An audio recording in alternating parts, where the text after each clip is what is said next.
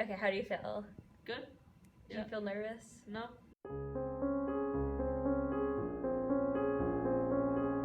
So I'm Anna. My name is Nicholas. I'm Cam. My name's Arushi, and I took computer science 2, the Java GeoInc course. Intro to Psychology. Arabic 1, learning Arabic through the Arabic language and the Arab culture. I'm currently taking Intro to Psych on GOA. I would say that, at least in this community, we live pretty secluded from the rest of the world. It prevents us from realizing the problems and challenges that other people face. And sort of when you live in a very homogenous community, the people start to get homogenous outlooks and homogenous kind of political views. I think this mainline area is generally, a lot of the people have advanced degrees, and a lot of people like to kind of send their kids to private schools or elite public schools. We haven't really experienced almost the real world because we go to school at a very nice school. We have teachers who really care about our education. We live in a very nice, wealthy community. There's a certain air of privilege at the school. And then there are stereotypes, certain types of clothing or certain types of traveling or food that kind of influence our culture. I think a lot of people don't like to acknowledge that, and they don't really notice it until they start to kind of break out of that, and they realize that there's all these different people with different diverse perspectives on things. I definitely think we live in a bubble.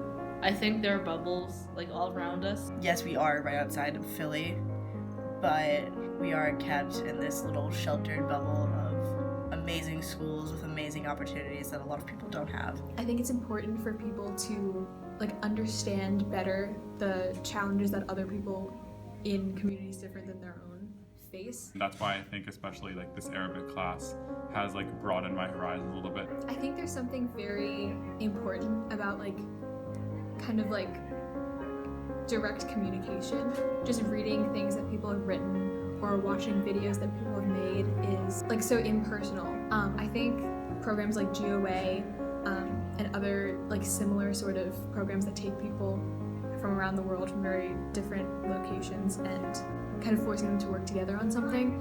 I think that communication that it encourages and that dialogue between people is really powerful in really kind of introducing you to those new perspectives. And through films and through videos from our teachers, they all expose us to the culture of the communities that they work with in Jordan.